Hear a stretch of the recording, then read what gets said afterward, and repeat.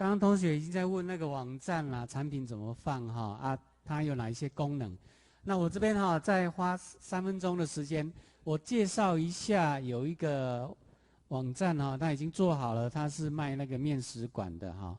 那我现在秀给大家看哈。好，那我借一下大家的画面哈。这个呢是一个小山东的美食馆，因为你只要网络上搜寻就可以搜寻得到。比如说，刚刚好我是搜寻小山东美食馆，那我们的功能就是有人有需要，他在网络上可以找得到，那我就可以看到啊，小山东美食馆在这里。那我点了之后就跑到这边来，他专门卖水饺啦，卖什么也有批发的。那你看它原则上呢，它有它的 logo 它的店名称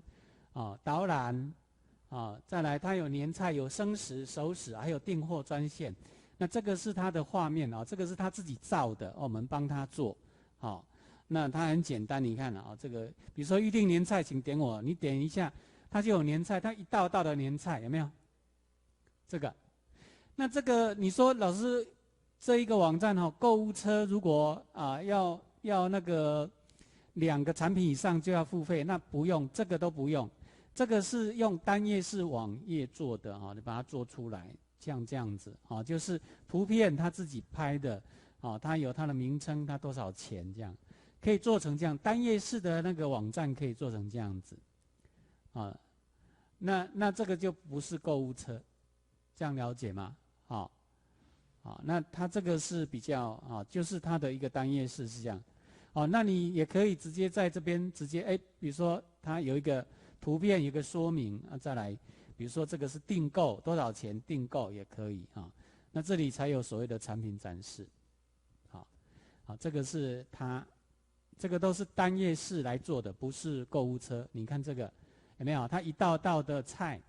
说明这个都不是购物车。那最新消息就是部落格，它也有部落格的功能